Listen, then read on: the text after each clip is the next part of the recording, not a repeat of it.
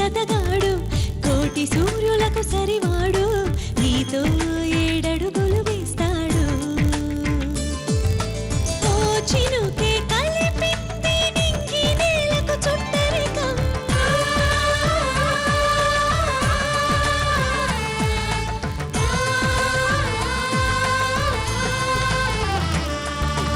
ఓ ఆశ పెనవేసి ఇరువురి మనసులలో ప్రణయం విధినైనా ఎదిరించి గెలిచే మీ ప్రేమ బంధం చందమామని సరిజోడు చూడడానికే మన్మధుడు స్త్రీ నీడే తాకని రాముడు జాజి మల్లిని జతగాడు కోటి సూర్యులకు సరివాడు నీతో ఏడడుగులు వేస్తాడు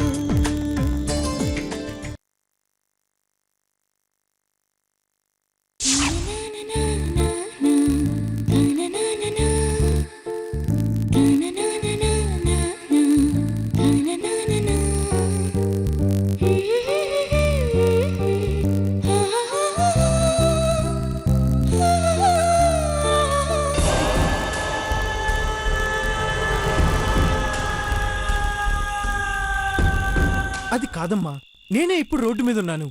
పెళ్లి చేసుకుని తన్ను కూడా నాతో పాటు రోడ్డు మీద ఉంచమంటావా? చెప్పమ్మా. చూడ్రా, పెళ్ళయ్యాక భర్త ఎక్కడున్నా, ఏం తిన్నా, ఎలాంటి పరిస్థితిలో ఉన్నా సరే వాటన్నిటికీ సర్దుకుని భరిస్తుంది భార్య. ఏమ్మా, ఇలాంటి పరిస్థితిలో వీడితో కలిసి బతకటానికి నీకిష్టమేనా?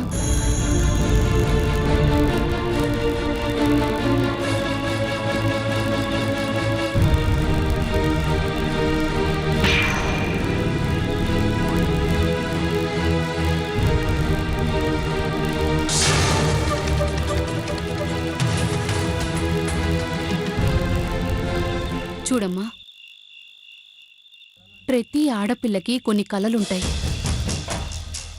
వాటన్నింటినీ నువ్వు చంపుకోవాల్సిన అవసరం లేదు. నీకిష్టమైతేనే చెప్పు, లేదంటే నిరభ్యంతరంగా వెళ్ళిపోవచ్చు. వీడితో సహా మేమెవ్వరూ నిన్నాపం. ఏమంటావ్?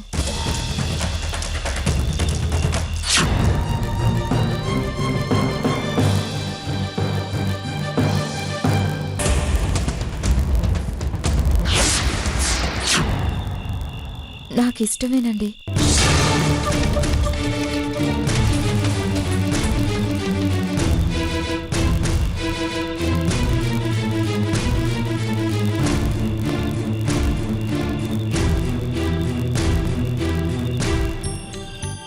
ఎలాంటి పరిస్థితుల్లోనైనా సరే పార్థు గారితో హ్యాపీగా కలిసి బ్రతుకుతాను.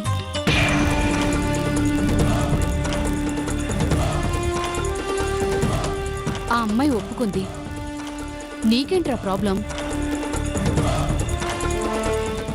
అది కాదండి, ఇప్పుడే చేసుకుంటే ఆయనకు నేను బర్డెన్ అవుతాను కదా, అందుకని కొంచెం టైం ఇవ్వచ్చు కదా.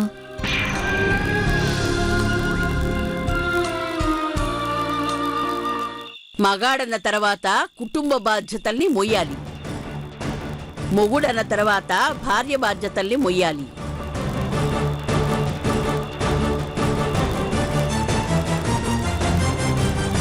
నా మనవడ మీద నాకు నమ్మకం ఉంది. ఎలాంటి పరిస్థితుల్లోనైనా సరే వాడు నిలబడతాడు, కుటుంబ బాధ్యతల్ని మోస్తాడు.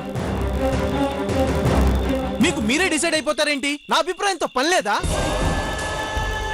ఒరే పార్థు, నీకమ్మంటే ఇష్టమే కదా, అమ్మ మాటకి ఎదురు చెప్పకుండా ఏదైనా చేస్తావు కదా.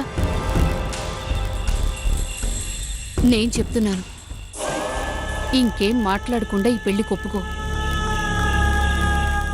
మంచి రోజు చూసి నిశ్చితార్థం చేస్తాను.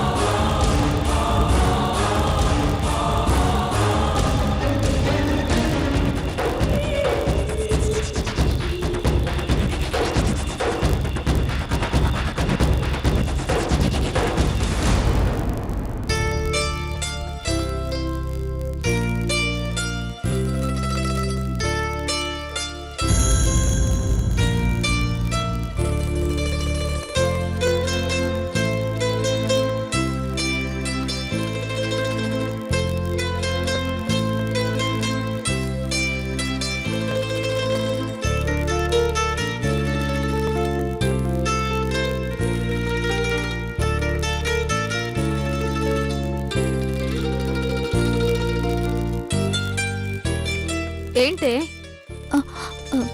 ఏం లేదు.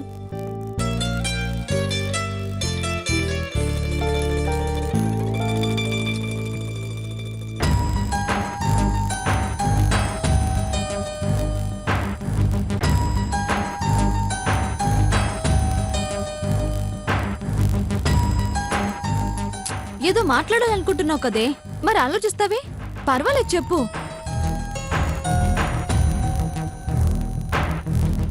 నిన్న అశోక్ని కలిశాను. జైలుకెళ్ళా? చంపేవాళ్ళు లేకపోతే సరే.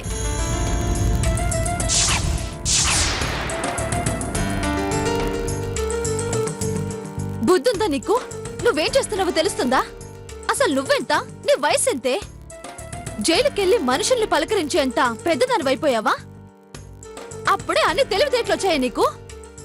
తప్పే ఉందక్క. ఎంత కాదనుకున్నా అతను నా ఫ్రెండ్. అలాంటిది అతను జైల్లో ఉన్నాడంటే పలకరించకుండా పరామర్శించకుండా ఎలా ఉంటావక్క? నోరు మూయవే. పార్దు వాళ్ళకి ఈరోజు ఈ పరిస్థితి వచ్చిందంటే దానికి కారణమే వాడు.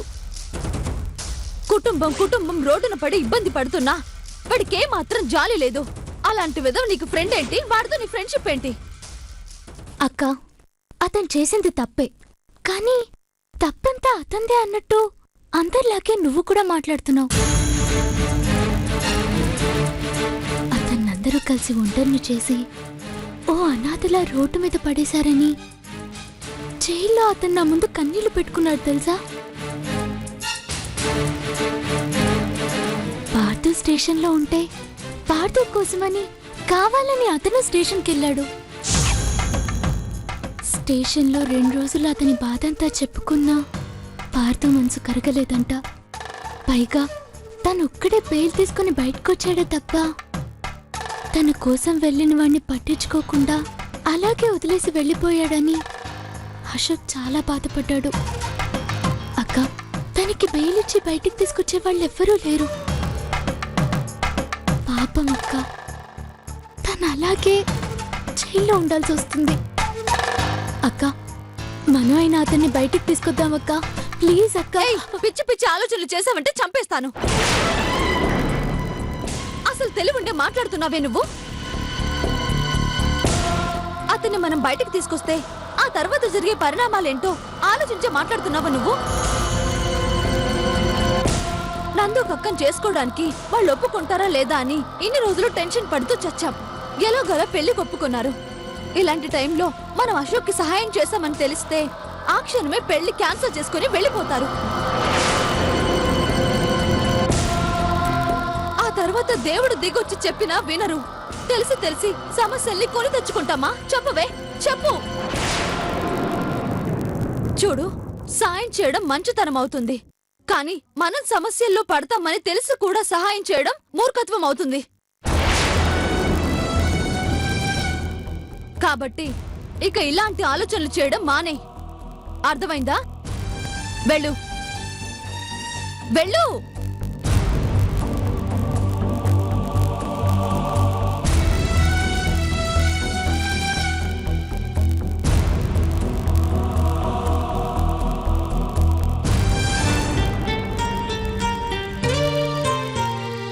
బావగారు. థ్యాంక్స్ బావగారు. దేనికి బావగారు? రోజు నేను పేపర్ చదువుతానని తెలిసి మీరు పేపర్ తెప్పించినందుకు మీకు థ్యాంక్స్ అండి. భలే వారు బావగారు. దీనికి కూడా థ్యాంక్సా? మీరు పేపర్ చదువుకోండి. గోదావరి, వస్తానా. పిల్లలు రెడీ అయ్యారా? తయారవుతున్నారయ్యా. మరి నేను డ్యూటీకి వెళ్ళొస్తాను. వస్తానమ్మా.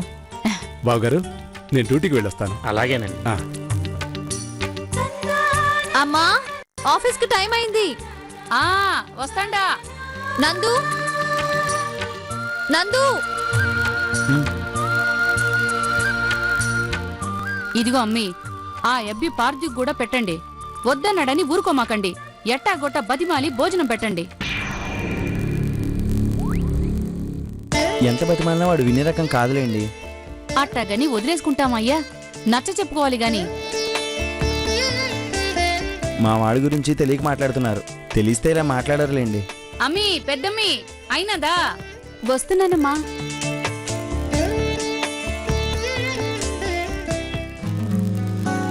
యాండి మీకిష్టమని మీకోసం కొబ్బరి పచ్చడి, మెంతి మజ్జిగ, గోంగూర పప్పు చేశాను.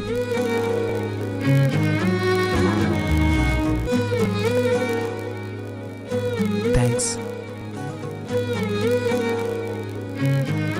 యాండి మీకిష్టమని మీకోసం కొబ్బరి పచ్చడి, మెంతి మజ్జిగ, గోంగూర పప్పు చేశాను.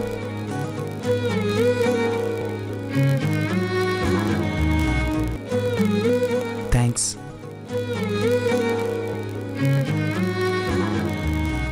తీసుకోండి. బాగుంది నందు. మాకేమో ముద్దపప్పు ఉత్తచారు, నీకేమో కొబ్బరి పచ్చడి, మెంతి మజ్జిగ, గోంగూర పప్పు. చాలా బాగుంది. దేనికైనా పెట్టి పుట్టాలే. కన్నులదా ఆశలదా బుగ్గలదా ముందులదా వేసుకున్న పెదవులదా నువ్వు కోరుకున్న సొగసులదా నదిలో మెదిలే వరపుల మొలక నాలో ప్రాణం నీవే నందు ఇక చాలు, వెళ్దామా? కదిలే వరపుల చిలక అందని అందం నీవే చాలు నందు, తర్వాత చూద్దు గాని పద. నందు ఇక వెళ్దామా? బాయ్ అమ్మా. బాయ్ అక్క. వస్తాను అంకుల్. మంచిదమ్మా. వెళ్ళొస్తానండి. వెళ్ళొస్తాను పెద్దమ్మి.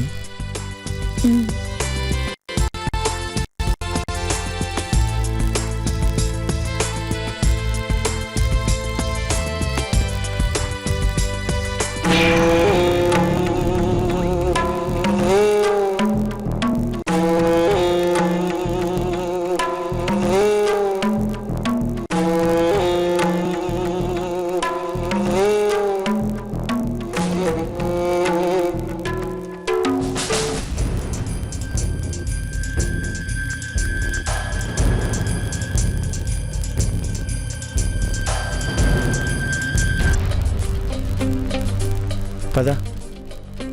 మీరు వెళ్ళండి. ఆఫీస్కి రావడం లేదా? రావట్లేదని చెప్పానా? మరి కూర్చుని లేవట్లేదు కదా. బాబు, మేము శత్రువులం కాదు, తీవ్రవాదులు అంతకన్నా కాదు. లేట్ అయితే ఈ రూట్లో ఆటోలు ఉండవురా. అందుకే వెళ్ళండి. మేము వెళ్తాం. సరే, నువ్వెలా వస్తావు? అలా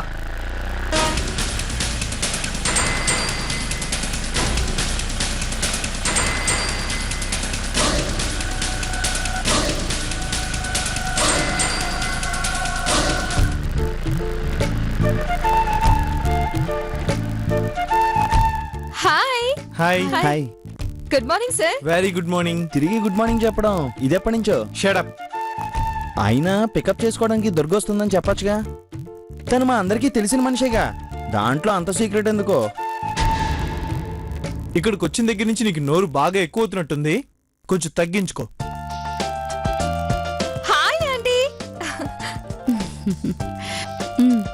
Durga, shall we move? Yeah sure sir, with pleasure. వెళ్ళొస్తానమ్మా. అమ్మా, బ్యాగ్ జాగ్రత్త.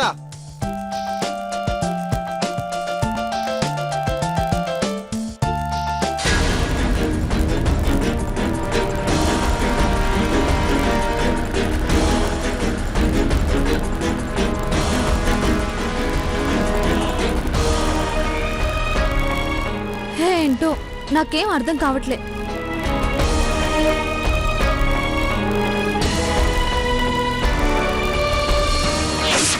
తిట్టగా తిట్టగా ఒక తిట్టు, వెయ్యిగా వెయ్యిగా ఒక రాయి తగిలిందంటారు. మరి అలాంటిది 4 ఏళ్ల నుంచి వరుదినికి ప్రేమ బాణాలు వేస్తూనే ఉన్నాను, కానీ ఒక్కటి కూడా గుచ్చుకోలేదంటబ్బా. ఛా! ఆహా, కామెడీ ఫేస్ కదా. మనం సీరియస్ గా ప్రపోజ్ చేసినా కామెడీగా తీసుకుంటుంది. అందుకే ఇక నుంచి రూట్ మార్చాలి. ఆ. రాజా మే తుమ్కో ప్యార్ కియా అని వరుదిని చేత అనిపించుకోవడం ఎలా ఎలా హౌ కైసా? Yes, super idea. ఈ ఐడియా గాని వర్కౌట్ అయిందంటే వరుదిని అంటే వాళ్ళ మమ్మీ అయినా ఆ, ఛీ, థు.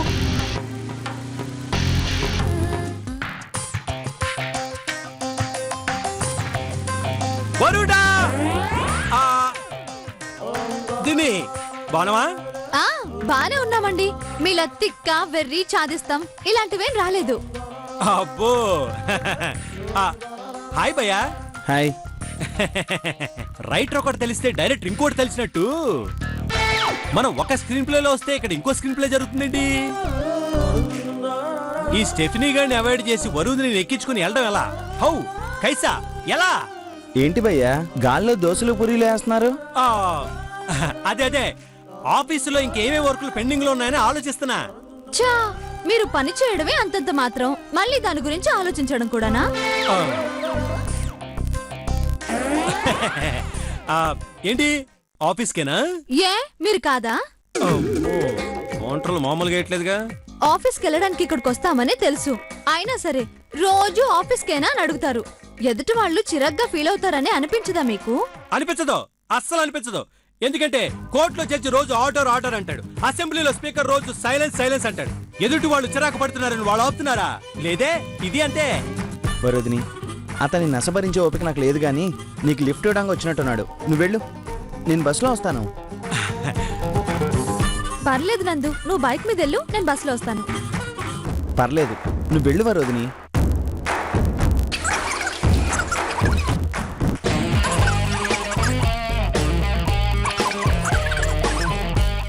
లేదు వరు, నువ్వు వెళ్ళు. నందు నువ్వు వెళ్ళు. ముందు మీరు ఆపండి.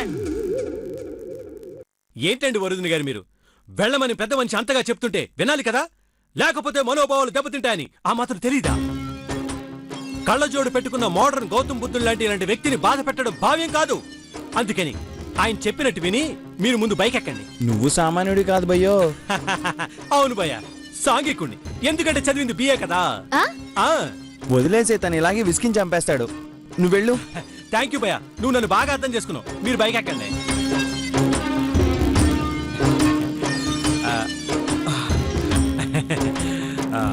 భయ్యా ఏమనుకోవద్దు, బైక్ మీద ముగ్గురు వెళ్ళొచ్చు, కానీ ముగ్గురు మగాళ్ళైతే పర్లేదు, గాని ఇద్దరు మగ ఒక ఆడైతే బాగోదు. పైగా పార్టీ జెండాల్లాగా ఎక్కడ పడితే అక్కడ ట్రాఫిక్ పోలీసులు ఉన్నారు. ఆపారనుకో మన జేబులో పర్సుంది గాని పైసలు లేవు. పర్లేదు వెళ్ళండి భయ్యా. మిమ్మల్ని ఇలా వదిలేసి వెళ్తున్నానని మీరేం ఫీల్ అవ్వట్లేదుగా? ఇంకా వెళ్ళట్లేదని ఫీల్ అవుతున్నాను భయ్యా.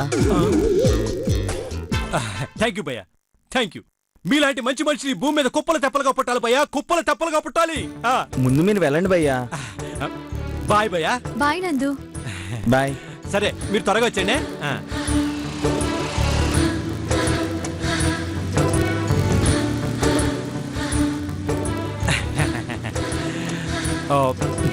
ఒరే రాజా, నువ్వు మామూలోడు కాదురా, మాయలోడివి. నీకున్న తెలివితేటలకి ఎక్కడో ఉండాల్సినోడు.